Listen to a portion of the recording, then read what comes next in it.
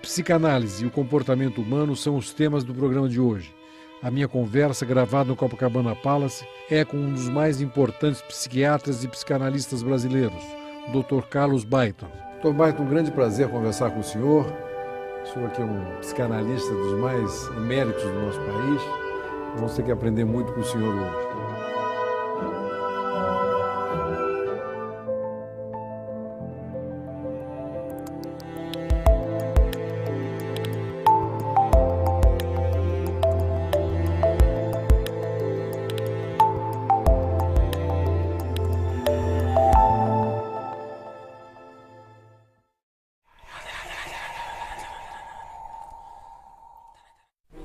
Carlos Baiton é médico psiquiatra, diplomado pelo Instituto Jung em Zurique.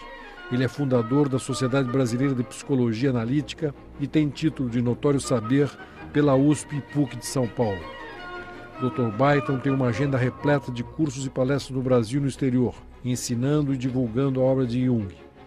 Seus conceitos sobre o tema originaram a psicologia simbólica junguiana. Como é que o senhor entra para esse lado, assim, digamos, da psicanálise?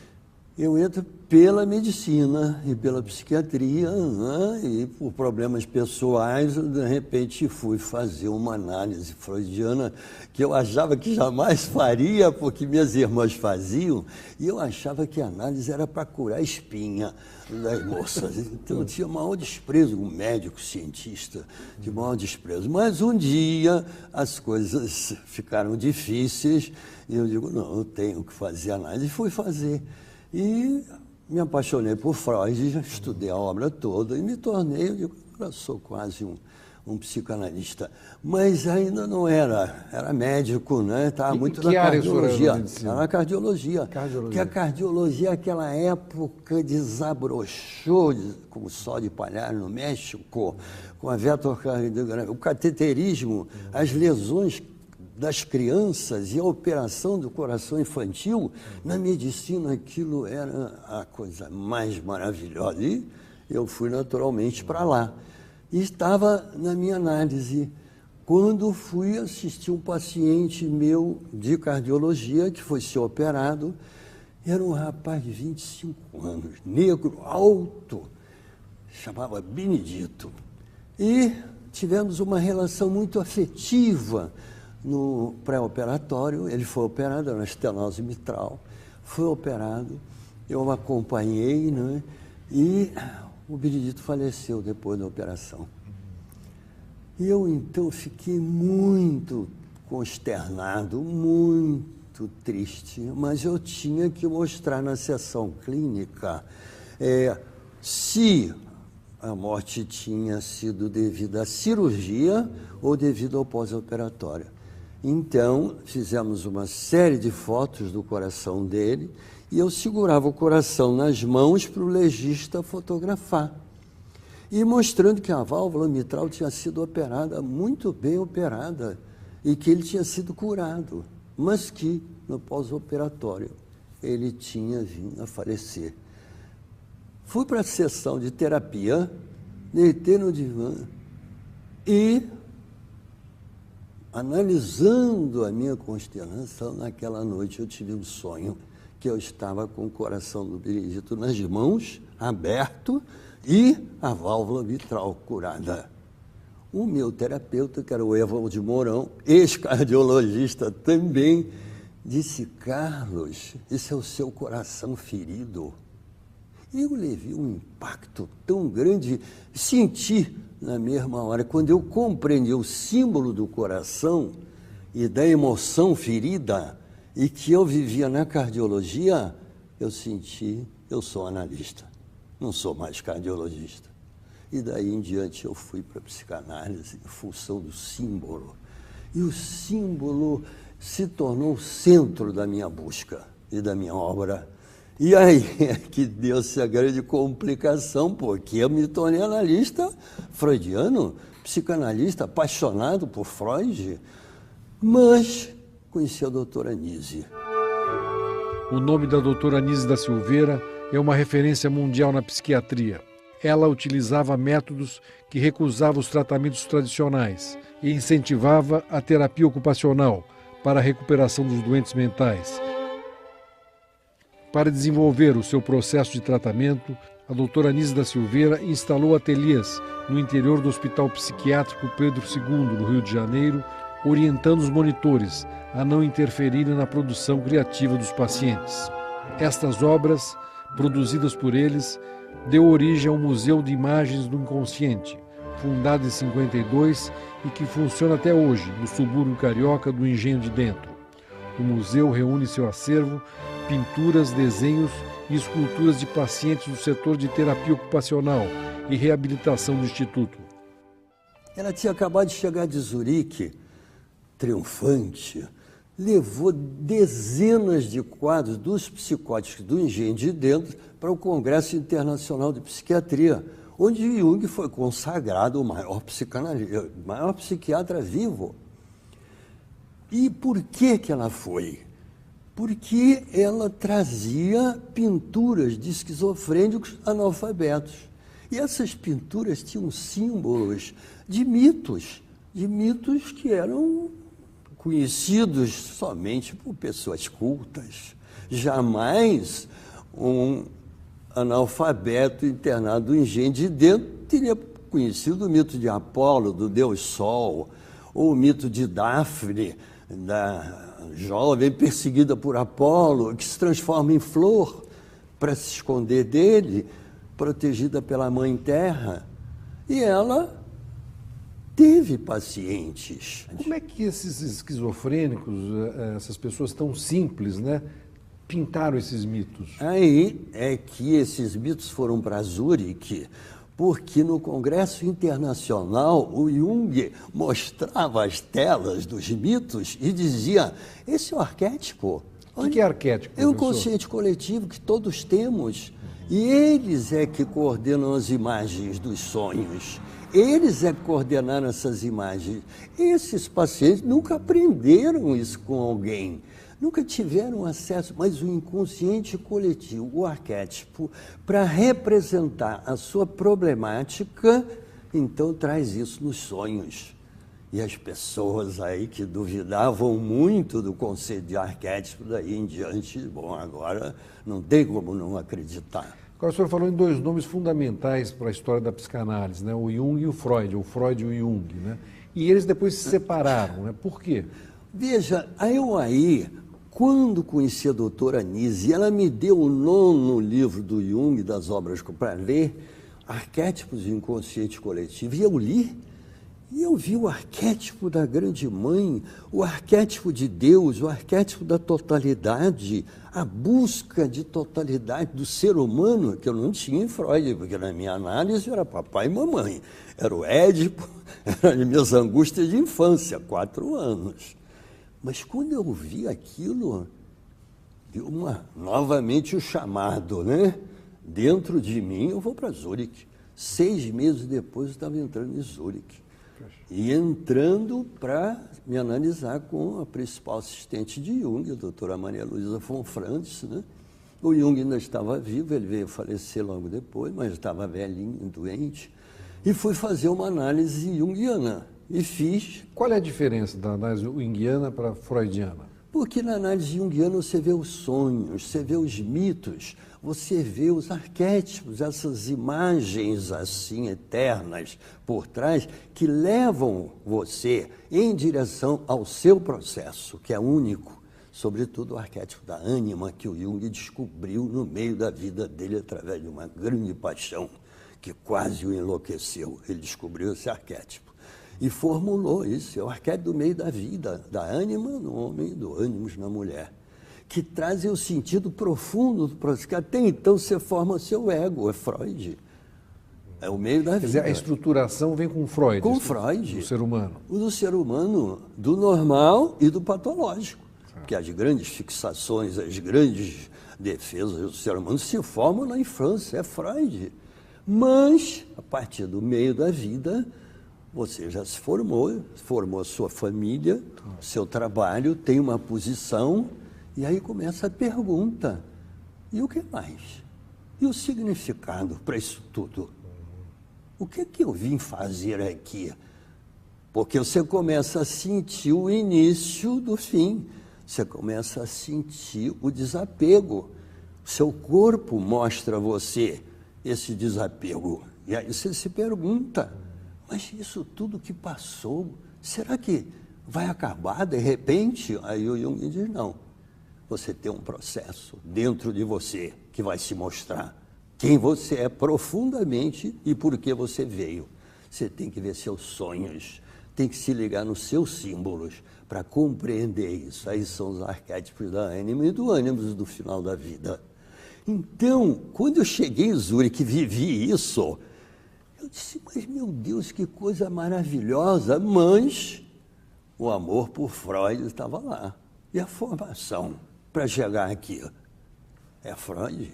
Nós temos que unir os dois. Professor Freud, Dr. Jung. Estas são cenas de Um Método Perigoso, do diretor canadense David Cronenberg.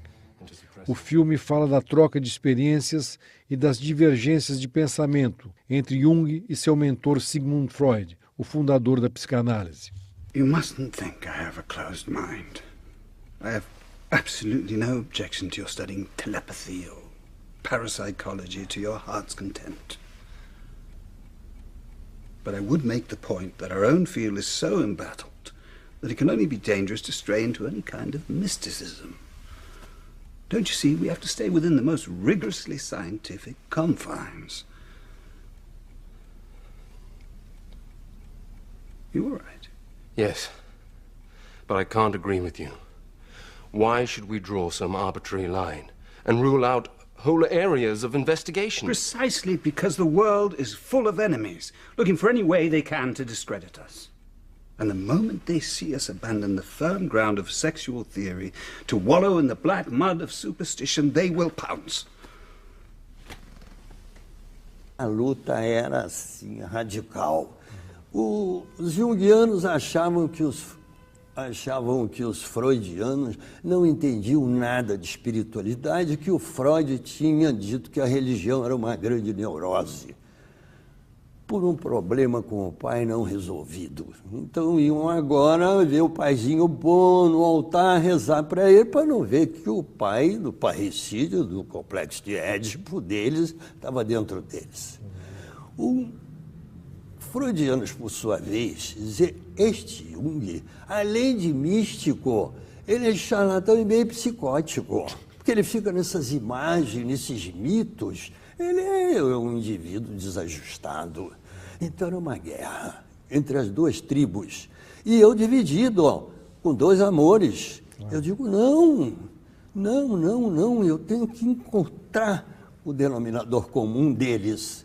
E aí vi que o próprio arquétipo do final da vida tem o seu arquétipo do pai e da mãe, do matriarcal e do patriarcal, no início da vida. Queria que você explicasse um pouquinho para o público o que é o arquétipo. O arquétipo é o instinto que nós temos. Por que nós queremos comer?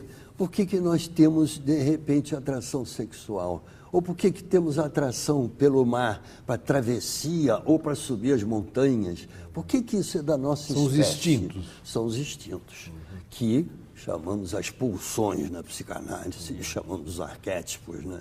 Na psicologia analítica, que é a psicologia do Jung. E o senhor costuma dizer, inclusive, que certos instintos, que é mais fácil do que dizer arquétipos, como os ciúmes ou como a inveja, podem ser bons também. Isso, eu ponho então a teoria das polaridades do Jung. Você tem um símbolo, tem uma vivência, ela pode ser normal ou doente. E o problema, inclusive esse é o grande problema com a psiquiatria, é que você não pode focalizar a doença somente nela. Você tem que procurar na doença qual a função que a tornou função normal. Tem que procurar. Você falou no ciúme, por exemplo, e na inveja. Eu coloco como duas funções estruturantes, que são arquetípicas, mas são funções estruturantes da consciência, fundamentais. O senhor diz estruturante no sentido que elas estruturam o ser humano. A consciência, formam o ego. Então, você vê o ciúme normalmente funcionando. O ciúme é o guardião do amor. É o que te avisa, amigo, perigo à vista. Olha lá. E para a esposa também. Atenção, que ele está olhando muito para a esquerda. Mas ele vira patológico quando é demais, né? Ele de segurança passa a torturador, algoz. Aí eu tive esse caso que é uma mulher linda, casada, ele tinha um ciúme patológico. Ele ia com ela à festa, no final da noite ela chegava em casa cheia de hematomas, nos beliscões dele. Que ele cismava que eram homens que olhavam uma mulher linda, ele levava as férias, os homens olhavam, mas aí ele cismava que ela correspondia, mas era o ciúme patológico. E assim a inveja também. Eu coloco isso, a inveja, com uma função poderosíssima do normal. A inveja nos leva a trabalhar, nos leva a buscar. Você vê um grande homem, você vê um grande ídolo, você tem a inveja. Ou inveja no bom sentido. No bom sentido. Claro. Você quer aquilo para você. Você vai estudar, vai trabalhar, aquilo é ânimo. A inveja é uma função maravilhosa. Aí vem a defensiva. Quando ela fixa, fica patológica, vira defesa. Aí ela te diz, as uvas estão verdes, eu não quero saber disso, eu não preciso disso. Ela também é muito linda, mas tem um pezinho lá meio torto. Vai buscar o defeito no símbolo invejado, paralisa a inveja. Mas para tratar da inveja patológica, você tem que trazer a normal, a boa. E aí a pessoa sai da patologia para o normal. O nosso trabalho de analista não deve ser do cirurgião, que amputa, que corta. É a maravilha na seara dele. Mas a nossa tem que ser de preservação. Por isso que nós dizemos que os mitos são os precursores da consciência. Eles existem durante milhares de anos, transformam a consciência e aí se escreve a história. Nós dizemos isso, não é? E o centro da minha obra é a descrição do arquétipo da alteridade, que reúne exatamente o matriarcal e o patriarcal. Queria que o senhor explicasse um pouco isso. Porque eu aí passei do individual para o coletivo, através do conceito de símbolo, reunindo Freud e Jung, percebendo que Freud era a infância e Jung era a maturidade, e que os dois eram inseparáveis. E aí eu encontrei o conceito de símbolo, e vi que na Grécia, vou mostrar isso aqui para você simplesmente, na Grécia, você muitas vezes, um herói ia de uma cidade para outra, uma cidade-reinos, e levava mensagens importantes para segredo de Estado.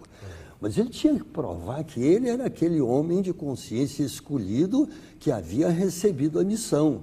Então ele recebia uma parte de um bracelete, de um anel, uma coisa. Quando ele chegava na corte do outro estado, o seu anfitrião trazia algo para ele, e digo, o símbolo. E ele fazia isso. Um anfitrião aí fazia isto. E a junção perfeita, formando o anel, o bracelete, era a prova de que ele era o enviado e merecia confiança. Então eu disse, poxa, símbolo. Eu fui estudar o que é símbolo. Sim quer dizer com. Baleim quer dizer lançar junto. Daí veio o balé. Dançar, lançar junto. Simbaleim, lançar junto. Símbolo, união das polaridades. Eu digo, o símbolo reúne Freud e Jung. O símbolo do conhecimento, o símbolo da psique, formando o símbolo da psicanálise, da psicologia analítica, os reúne, porque o próprio Jung descreveu as polaridades fascinando a vida inteira, a vida e a morte, a doença e a saúde, né? A inveja boa e a má, e todos os símbolos que temos, não é? Que à nossa volta tudo é simbólico, né? Até aqui nós temos um clube preferido e um inimigo preferido também, né? As torcidas têm aquele que não gostam e aquele que amam. E aí nos símbolos entre o homem e a mulher também? O homem e a mulher, o grande símbolo do encontro, que nós chamamos de símbolo da conjunção.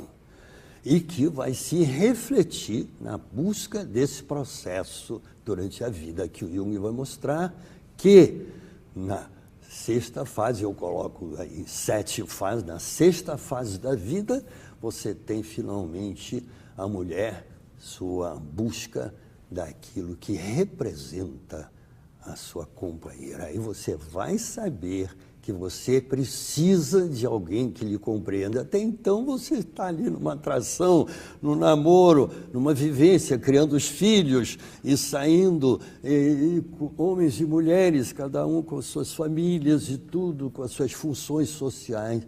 Mas na sexta fase da vida, dos 40 aos 60 anos, vem uma busca de alguém que compreenda as suas emoções, compreenda o seu sentimento, a sua intimidade, porque nós vivemos em sociedade, mas intimidade nós não temos.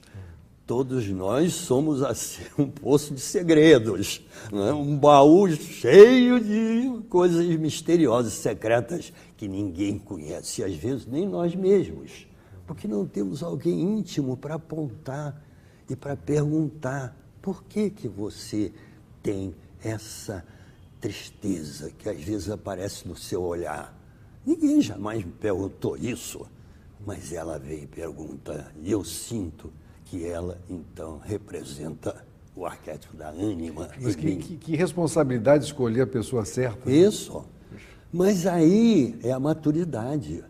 Por isso é que é tão difícil a maturidade e o casamento. Porque o casamento é a paixão, é a vivência, é o encanto. Na paixão é o narcisismo, você se confunde com o outro.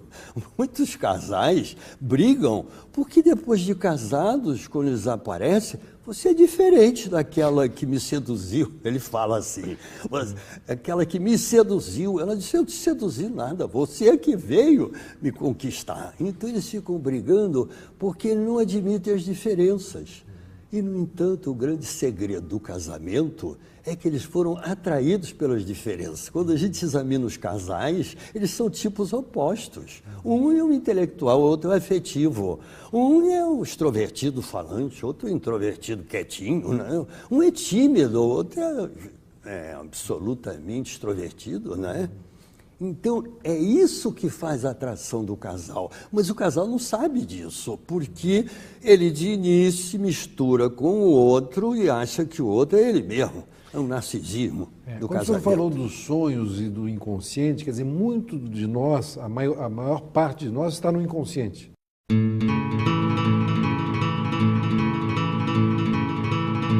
O inconsciente, ele é a base de toda a cultura e da vida.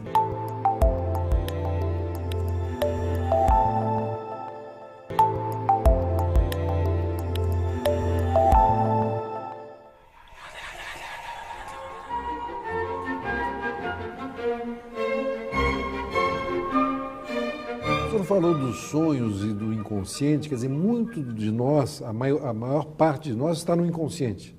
Muito, muito, muito, porque o inconsciente, ele é a base de toda a cultura e da vida. E ele, durante a vida, ele traz manifestações que mostram o seu processo, o seu consciente, qual é. Só que você tem que estar atento e estar ligado, porque isso é um processo. É uma ligação do ego com os arquétipos, com o centro, que na Oriente eles descobriram através da meditação. A meditação é uma função espetacular que trouxe 4.000 anos de civilização do Tibete, da China, do Japão e da Índia, a partir da Índia. Então, o que quer dizer isso da meditação? Você desapega, você se afasta das coisas. E aí aparece o vazio dentro de você. Mas o ocidental diz, o vazio é que eu não tenho mais nada para fazer, então eu vou dormir. O oriental diz, não, o vazio é o todo, é o Atman. Não é a vivência do samsara, que são todas essas coisinhas que a gente faz, as contas do condomínio, né? Leva as crianças na escola, tudo isso é o samsara. Mas lá dentro está o Atman. E na meditação, quando você encontra o vazio, você encontra o Atman, que é esse vazio, só que esse aí, vazio, é o todo. O vazio é uma paz, digamos. É o todo. É o todo. E aí é a grande diferença, porque nós encontramos o todo quando projetamos o nosso arquétipo principal no Deus. Nós temos a nossa religião e vamos para o nosso culto. Mas aí o que fazemos? Politizamos a projeção. E disse, esta aqui mostra como nós somos certos e como os nossos inimigos têm que ser combatidos. Então a religião, aí o Marx dizia, se transforma no ópio do povo. Porque aí vem daquela vivência sublime, vem a manipulação política, a ignorância, o fanatismo. Mas os orientais, sabendo já disso, dizemos, as nossas vivências da meditação não são uma religião. As pessoas, como? Mas vocês adoram o Buda? Não é uma religião.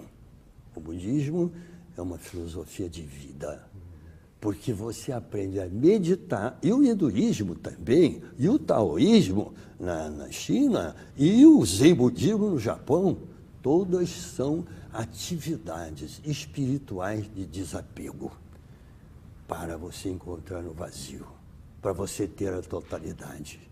E, entre parênteses, isso é que é Deus. Porque nós não dizemos que isso seja Deus, porque se dissermos que é um Deus, já vão encontrar algum outro Deus para brigar. Manipulação.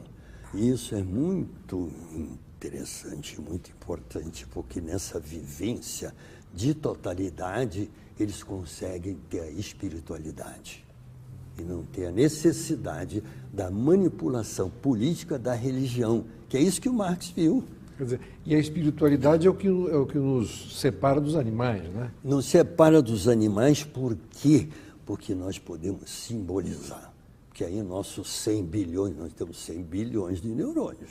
E com esses 100 bilhões de neurônios, nós fazemos representações. Porque esses neurônios, eles se entrelaçam através de redes, que fazem 1 trilhão de redes. Então, com isso, você vai... Agora, uma coisa, hein? Eles só são ativados, só funcionam se forem ativados. A importância da educação. Aí, se nós deixamos as crianças na rua, sem educação, nós não estamos ativando esses neurônios. Eu cheguei num posto de gasolina em Angra dos Reis, um cheiro de chumbo no posto, veio um rapaz bonito, forte, encheu o tanque. Eu falei para ele, mas meu filho, você não está sentindo isso? É, doutor, já senti, agora me acostumei. Eu disse, mas isso é venenoso, isso é chumbo. Isso vai envenenar você não tem outra. Doutor, eu só sei fazer isso. Forte, bonito, inteligente, ele só aprendeu aquilo. Os neurônios dele, ó. Então, é preciso educação para ativar os neurônios. Falando em educação, professor, com esse mundo ultramoderno, pós-moderno que nós vivemos, né, a educação também tem que ser modificada, né? Mas, de uma certa maneira, revivida. Temos que ir aos grandes mestres, temos que ir àqueles do passado, os sábios, que desenvolveram a educação. E nenhum deles, Confúcio, por exemplo, jamais privilegiou a educação só cognitiva.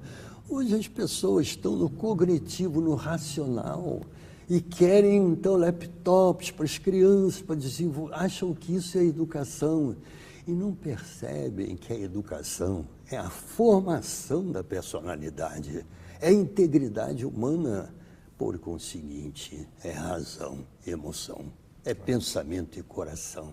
Mas não se ensina isso, nem se pratica isso. Que o principal na sala de aula do professor é amar os seus alunos, é se preocupar com eles como pessoinhas, é não achar que ele ficar escravo de dar um programa e os alunos aí estão prestando atenção em outras coisas, é saber qual a preocupação deles, qual a vivência deles, por que eles sofrem. Você vai para a sala de aula, a criança fica sentada 4 horas. Falar do Egito, não sei o quê. E a criança sentada, acordando 7 horas da manhã.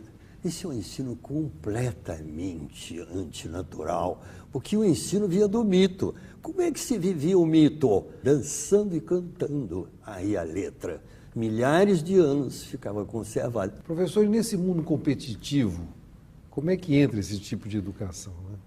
Tem que haver a denúncia do que é isso, por que esse mundo competitivo fabrica, por que nós temos a epidemia da depressão e da ansiedade no planeta.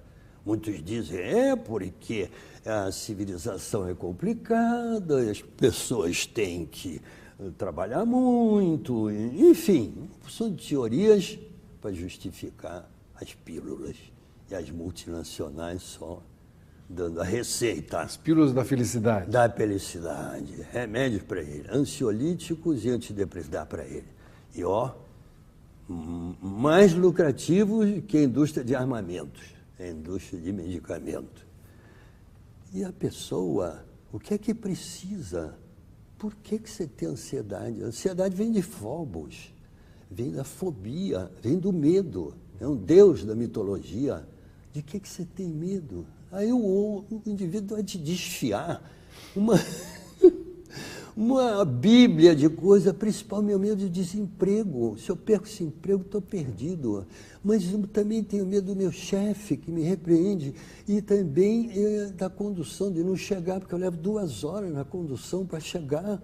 Então eu tenho medo de não chegar e de perder o meu ponto. E assim vai, eu tenho medo, e medo, e medo, e medo, e medo. Entendeu? Por isso que eu tenho ansiedade. Agora, você vai me dar um ansiolítico para resolver isso e não vai ouvir o meu medo? Você vai me transformar num dependente químico. E aí, doutor, o senhor vai ficar parecido com o traficante. Que a receita dele é essa. Quer felicidade, quer de cana? Vamos para a cocaína, jeitão aí. Para com isso. A cocaína está esperando vocês. E se quiser rápido, é para o crack. Agora, professor, e para enfrentar esse medo maior, que é o medo da morte? O Sétimo Selo, para muitos, o filme que representa o auge da genialidade de Ingmar Bergman e trata de um dos maiores medos do ser humano, a morte. Ao se deparar com a possibilidade de morrer, um cavaleiro medieval propõe uma disputa de xadrez com a personificação da morte. Com isso, ele ganha tempo para refletir sobre o sentido da vida e, consequentemente, o sentido da morte. Mitt liv har varit jagande, farande, talande utan mening eller sammanhang. Det har varit en intighet. Ja, jag säger det utan bitterhet eller självförebråelse. Eftersom jag vet att nästan alla människors liv är beskaffade på just det sättet. Men mitt uppskov vill jag använda till en enda meningsfull handling. Aí, então, esse é o último capítulo do meu livro, o meu último livro, que é a 7ª fase da vida, que é a problemática da morte. E aí eu trago a sabedoria do Oriente, eu trago a meditação para o Ocidente. E aí meus pacientes, meus alunos, todos que ouvem esta psicologia simbólica que eu apresento, eu ensino a meditação, ensino o desapego, a convivência com o vazio. E a partir dessa convivência, quando a pessoa convive com o vazio, percebendo que aquilo é a totalidade, que aquilo é Deus, realmente vida espiritual, essa transcendência, aí a pessoa começa a se relacionar com o corpo cósmico, com a história do universo, com o Big Bang, com o início do DNA, com os milagres da transformação. E começa a perceber que nós somos matéria estelar. Nossos átomos são os mesmos das estrelas, aquelas que no Big Bang, há 12,7 bilhões de anos, começou o nosso universo. O primeiro átomo era o hidrogênio, depois o hélio, e depois vieram o carbono, o nitrogênio, o oxigênio. Os átomos que fizeram posteriormente a vida. Então, nós somos matéria universal. Então, quando se diz a Bíblia, és da poeira e a poeira voltarás, está dizendo, és da matéria, és dos átomos, e aí com eles estará.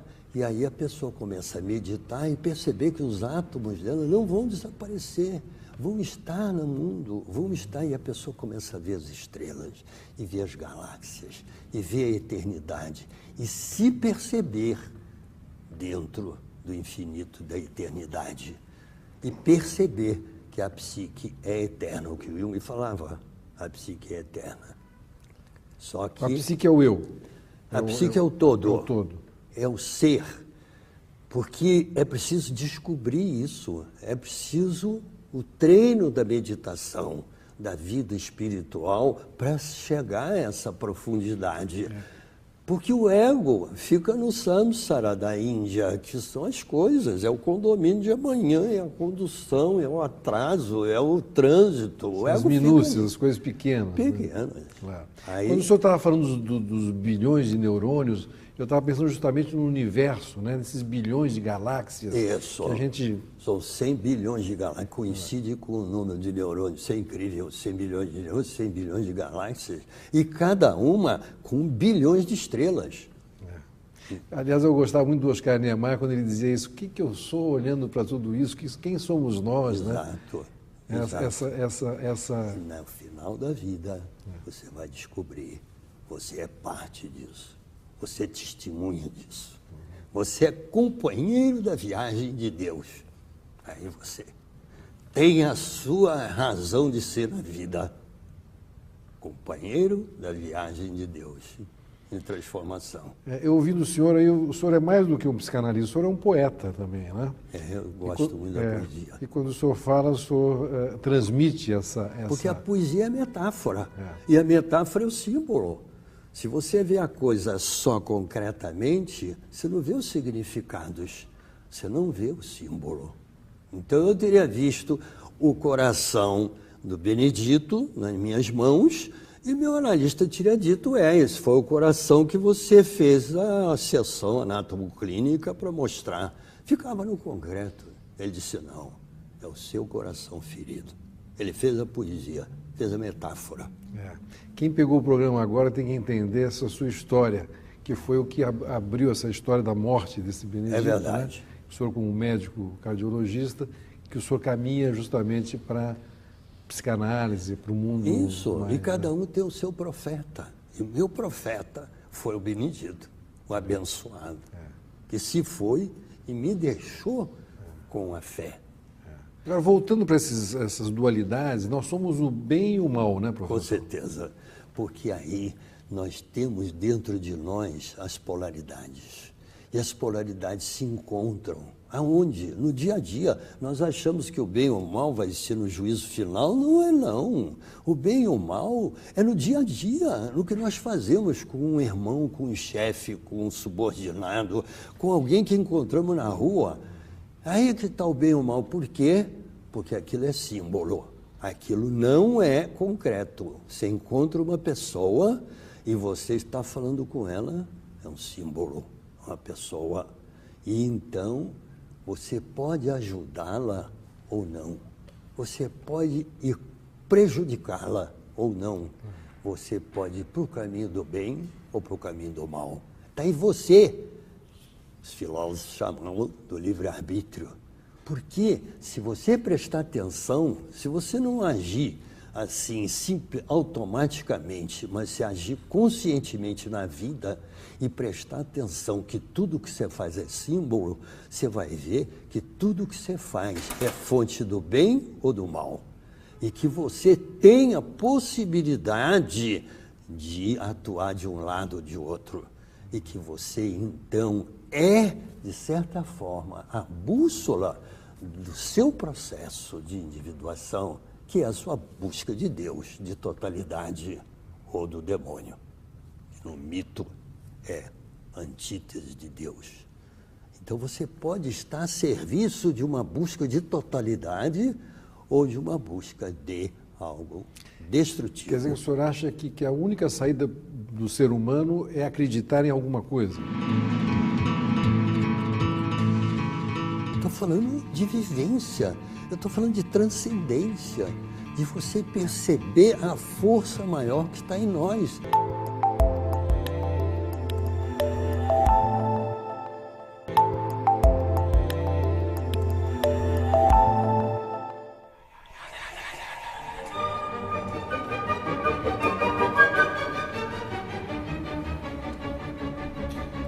Quer dizer, o senhor acha que a única saída do ser humano é acreditar em alguma coisa? Não é acreditar, é perceber o que é. Fizeram essa pergunta para o Jung: você acredita em Deus? Ele disse: acredito, eu sei. Por quê? Porque eu tenho a vivência. Eu estou falando para você, não é de acreditar num lobisomem, escondido atrás de uma árvore. Não, isso é acreditar. Não. Eu estou falando de vivência. Eu estou falando de transcendência, de você perceber a força maior que está em nós. E essa força maior é o universo. É só olhar para as estrelas, é só olhar. O início da ciência, nós achamos que a ciência é uma coisa tão complicada que ninguém entende hoje o que é a ciência. O início da ciência, com Copérnico, é olhar para o céu e ver o Sol em torno da Terra e perceber que isso é a aparência. Mas por trás disso tem a essência. A Terra gira em torno do Sol. E então a essência está por trás da aparência, mas está escondida. Você tem que procurar. O senhor falando na aparência, eu estou pensando aqui que o mundo hoje vive de aparências. Vive. Pouco se pensa, e pouco é o problema se busca, né? da cultura de consumo, só que esta cultura não fecha a conta. E a nossa civilização, a nossa espécie caminha para a destruição. Se nós continuarmos na cultura de consumo, a nossa espécie vai para a exaustão das reservas e para a guerra, pela água, pela comida. Os países vão guerrear. Como é que nós vamos alimentar os bilhões que tem na China e da Índia juntos? Como é que vamos sem água, sem comida, sem cereais? Então, e o consumo também não leva à felicidade, né? Porque o consumo é um saco sem fundo. Mais você pega, mais você quer. Por isso que está crescendo no mundo a sustentabilidade, que é a responsabilidade do global. Você faz alguma coisa, você produz alguma coisa, você tem que ser responsável pela produção, pela atuação, pelo mercado e pelo lixo. Você tem que fechar o ciclo. Isso é a sustentabilidade, que está entrando nos países, que é contrário ao consumo. O que você quer consumir e pronto. Isso aí é algo muito complicado, porque a nossa espécie tem que se conscientizar da sombra. Nós chamamos a sombra, seguindo Jung, esse lado destrutivo da personalidade, esse lado que não contribui para o todo, que no mito é o demônio, porque é interessante o símbolo. Símbolo quer dizer união, quer dizer o produtivo. Mas qual é o oposto do símbolo? Diabolon. É o que destrói, o que desune, entendeu? E no mito cristão, nós temos exatamente a força do Cristo e do demônio, que é o mito da nossa civilização, é o mito que fez a ciência. E é dentro desse mito que nós temos que ver o que é destruição e o que é construção. Mas, professor, tudo em nós está na nossa cabeça, né? No nosso cérebro, né? A imaginação, por exemplo, pode ser um perigo. Ela pode ser maravilhosa, mas pode ser um perigo também. As pessoas imaginam coisas sobre os outros, por exemplo, que são absurdos às vezes, né? Com certeza. Até num casal, por exemplo, né? O que o senhor mais viu no seu consultório, nesses anos todos? O que o ser humano se perde tanto com... É a negação da imaginação. Porque a imaginação nos leva para a totalidade. A imaginação que surge em nossos símbolos, nossos chamados, nossos amores, nossas vocações, nossas causas, nossos ideais, Essa imaginação é que evita a doença mental. E a doença mental vem por não trabalhar essa imaginação criativamente e vivê-la destrutivamente. É o exemplo da droga. As pessoas acham que a droga, que o narcotráfico vai ser combatido com polícia. Mas nós temos na nossa cultura exemplos disso, que isso é impossível. Nós temos a lei seca nos Estados Unidos com o álcool. O que a repressão conseguiu criar? Al Capone, né? O gangster, o Al Capone. Até que eles resolveram parar de reprimir. E as pessoas diziam, mas eles vão se embebedar, a humanidade vai se destruir. E disse, mas aí nós vamos ter o alcoólico anônimo, então não há para cuidar dos alcoólatras. Mas nós não vamos ficar na mão de bandido se nós reprimirmos. É o que nós estamos na mão dos bandidos. Eles fabricam os criminosos e nós fabricamos as prisões cada vez maiores. Fabricando mais criminosos. Né? Mais criminosos. Por quê? Porque aí você tem que perguntar, a droga é feita pelo crime? É, está fabricada. Mas a droga independe do mercado, das pessoas, da cultura? Não. O crime fabrica, e os narcotraficantes dizem isso. Vocês nos acusam de demônios, de coisa. Demônios são vocês que compram a droga. Nós somos comerciantes. Então, tem que ver por que as pessoas querem a droga, querem a imaginação. A vida delas é pobre. Elas não têm o todo. E com a droga tem o todo. Você vai cuidar de um drogadito e ele está, vamos dizer, ou na cocaína, ou vamos dizer no crack, ou na maconha mesmo, né? E ele vai te dizer, doutor, o senhor conhece o barato? E você se der uma de doutor, diz, não, porque eu sou assim. Ele diz, doutor, então acabou o papo aqui, não tem mais conversa. Agora, se disser, não, eu conheço e sei o que a droga traz, que é a imaginação. Ele diz, doutor, o senhor está com a gente. Aí você vai dizer, eu estou com você pela imaginação que você quer, que tem muitas maneiras de chegar, não só pela droga. Eu estou com você para mostrar esse caminho e para mostrar o quanto você, buscando esse caminho, você está se destruindo. Você tem que ir pelo caminho, o caminho da imaginação, o caminho da criatividade, o caminho do ensino, não é do ensino racional, do ensino da criança ter amor ao saber, pela emoção. Professor, o senhor está falando agora novamente da educação, né? Eu estou pensando nessas novas maneiras de se educar com esses jogos eletrônicos, né? Com essas, você pode entrar dentro do oceano ou entrar num museu.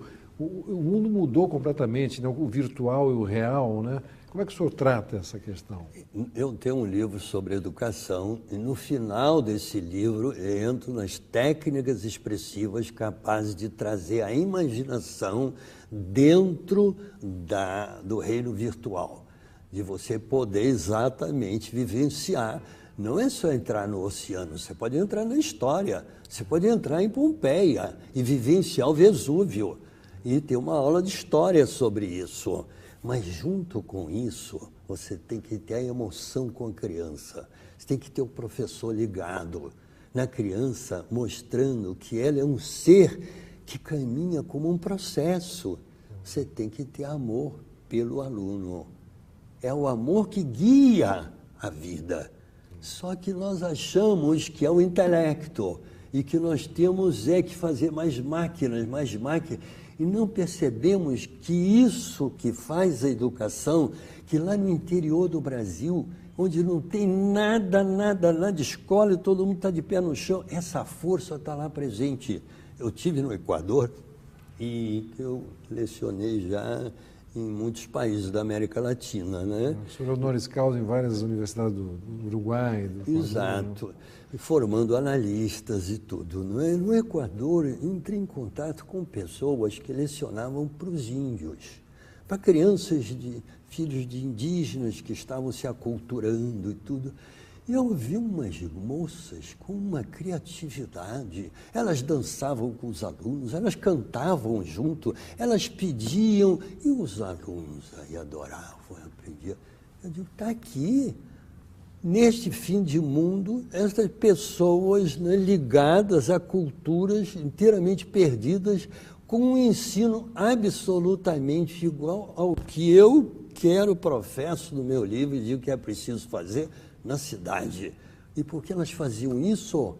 Porque elas amavam os alunos, elas se entregavam. E se for ensinado isso aos professores, se for permitido, Roberto, permitido. Porque se você for fazer isso na escola, você vai ser chamado a atenção. E a senhora tem que concentrar no programa. A senhora ficar falando com os alunos o que eles sentem e tudo, não. A senhora tem que cobrir um programa de geografia. Eu digo, tudo bem, fica com o programa. Ponha o programa dentro do seu coração e ensina para as crianças. Procura saber, meu filho, você hoje está... Ele vai dizer, eu não tomei café, professor, estou com fome. Por quê? Porque você olhou nos olhos dele.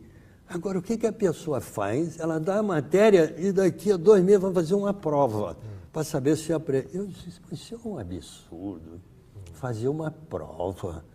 A tua prova é o teu olhar. Você tem que olhar para o aluno e sentir ele por dentro.